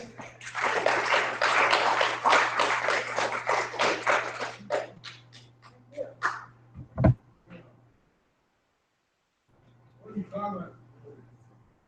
It seems like this kind of practice is still current. And here all the preachers and whatever say we screw this in the name of, and that gives them power. Yeah, that concept of names isn't. Pardon? So what he said was that the idea of using names for power is not gone away. We still have Christian preachers, for example, who do things in the name of Christ and they believe that grants it power. It's a little different because the Egyptians are saying, I know the secret name of Christ, therefore I am a worthy, priesthood holder, sort of. Whereas the Christian is saying that I'm doing this in the name of Christ almost implies to me that I'm acting as if I were Christ. I'm Christ represent. I have Christ's power of attorney, so I'm kind of standing for Christ in this instance, which is a little different. But there's certainly a relationship to names in that. Yeah. So, one question. Who wrote all of this stuff that went into the tomb for the pharaoh to know how to get to? Is it something that some holy people were in charge of, and they gave this to pharaohs? Or did some point when you get the book of the dead, they gave it to ordinary men? I mean, The question was, who wrote all these spells, and who invented them, and who wrote them, and who transmitted them? There was a large class of, again, it was a guild of priesthood holders in Egypt, priests, scribes and priests, and they made a living copying out these spells and giving them to other people and burying them with people and carving them on the walls. Egyptian was really hard language. They didn't have it in 26 letters, they had hundreds. And so to be a scribe took a lot of learning. And there was an entire class of people who studied this stuff. And it was their job to study it and to transmit it and to record it and to be the ones who carved it on the walls. And they were artists. So they were a combination of artists, artisans, scribes, and theologians. And they copied them, they evolved them. They would wander into old tombs, right? And they'd see a tomb on the wall and they'd be like, man, there's a spell. And they'd copy it forward because they could still read, although they misinterpreted, Old Kingdom texts in the New Kingdom thousands of years later. Because Egyptian was stable enough that they could still read it. It would be like us reading Shakespeare, but it was readable. And just as we might misinterpret Shakespeare, they would misinterpret these older texts, but they at least could read them and they would preserve them and write them down, sometimes without understanding, sometimes with misunderstanding. in these later periods because they would wander into the Pyramid of Unis and copy the spell down. So, yeah. I've actually studied a little on the ancestry of the Afro-Semitic languages, which is a family that contains Hebrew, Arabic, some Berber languages, and Coptic, which was the furthest, the closest relative to the Egyptian language of the Pharaonic Egyptians that existed. And even today, Egyptian Arabic has a lot of similarities to Coptic and Pharaonic Egyptian. Does this mean that we can tie a lot of influence in Judaism and Islam to ancient Egyptian myths and religion, or is a lot of that just preaching? Well, Coptic isn't just related to Egyptian; it is Egyptian. So Coptic is just Egyptian that has been allowed to wander for another couple thousand years. Almost nobody speaks it anymore. But in fact, we used Coptic to translate Egyptian. I mean, that's how we cracked Egyptian. Once we cracked the hieroglyphs, the fact that there were people who spoke Coptic let us read the hieroglyphs because, oh my gosh, once we could figure out what they were saying, they started saying words in Coptic. And we were like, hey, we know what that means. Israel lived, so just the fact that they spoke a Semitic language isn't enough to say that they influenced Israel. But Israel exists, right? Well, Arabic is later. So Israel, let's do Israel first. Israel lives right between Mesopotamia and Egypt. And the Mesopotamians, the Assyrians, the Babylonians, etc., and the Egyptians fought for Israel repeatedly. If you do archaeology in Israel, you start finding Egyptian scarabs and Egyptian texts in Israel. The biblical text in front of us literally claims a Babylonian and an Egyptian origin story.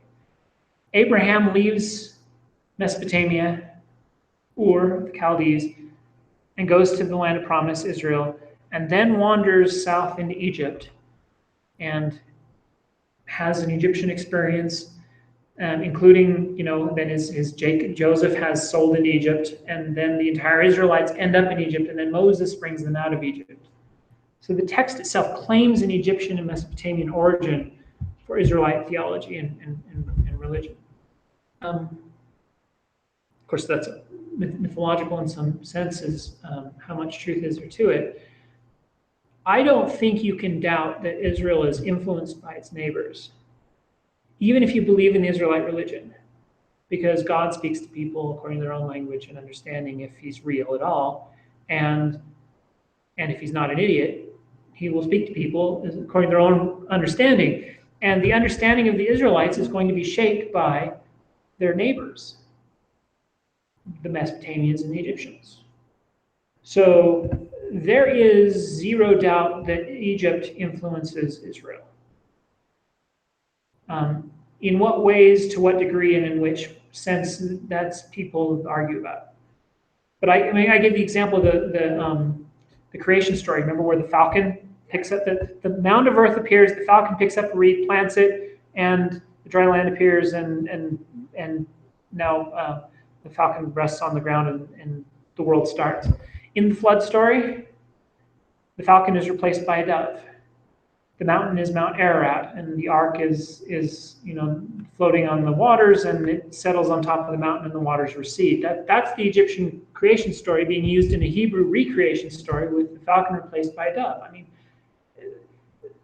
there's a connection between those stories.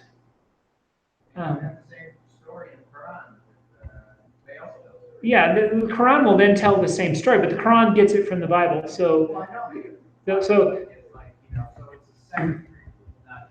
Yes. So by the time you get into the Quran and the Arabic stuff, they're getting it from Christianity and Judaism, not from Egypt anymore. the Egyptians were converted by the Christians by 400 AD to the point where their religion ceased to exist. So by 600 AD, they were the influence was still around, but it was no longer direct. It was mediated through Christianity. I think once I show you what Egyptian temples look like, and I put a picture of the Temple of Solomon next to them, it becomes even more obvious what we're talking about. Right? So I don't want to jump the gun on that. But that's what we're going to do next time. But the connection between Israel and Egypt is not in doubt by anybody who takes those issues seriously, even people who believe in Judaism or Christianity. Seriously, they admit a connection. The nature of the connection is all that's debated. So, okay. Any other question? Yes. I could be completely wrong on this, but Jews and Muslims don't bury themselves like gold or jewelry, do they? Is that because they're afraid of getting robbed? I think the tradition of grave goods changed when people became differently interested in how the afterlife works. I mean, for Christians, you won't need your stuff in next life because God will take care of you. And in fact, it would be nice to give up your stuff in this life because your stuff holds you back. You know, there's that. It's harder for the rich man to get into heaven than for a camel to go through the eye of the needle because you have to divest yourself of your stuff, and we hold on to our stuff and we don't want to let it go. So if you have that view, you don't end up burying yourself with your stuff. But I think that kind of did in grave goods among the Christian tradition. I don't know what happened among the Jewish tradition. That would be an interesting question. I don't know the answer to it. But it's at least now you've made me curious, so I'm going to go try to find out what the connection between grave goods and Judaism is. I don't know. Okay. See y'all next month.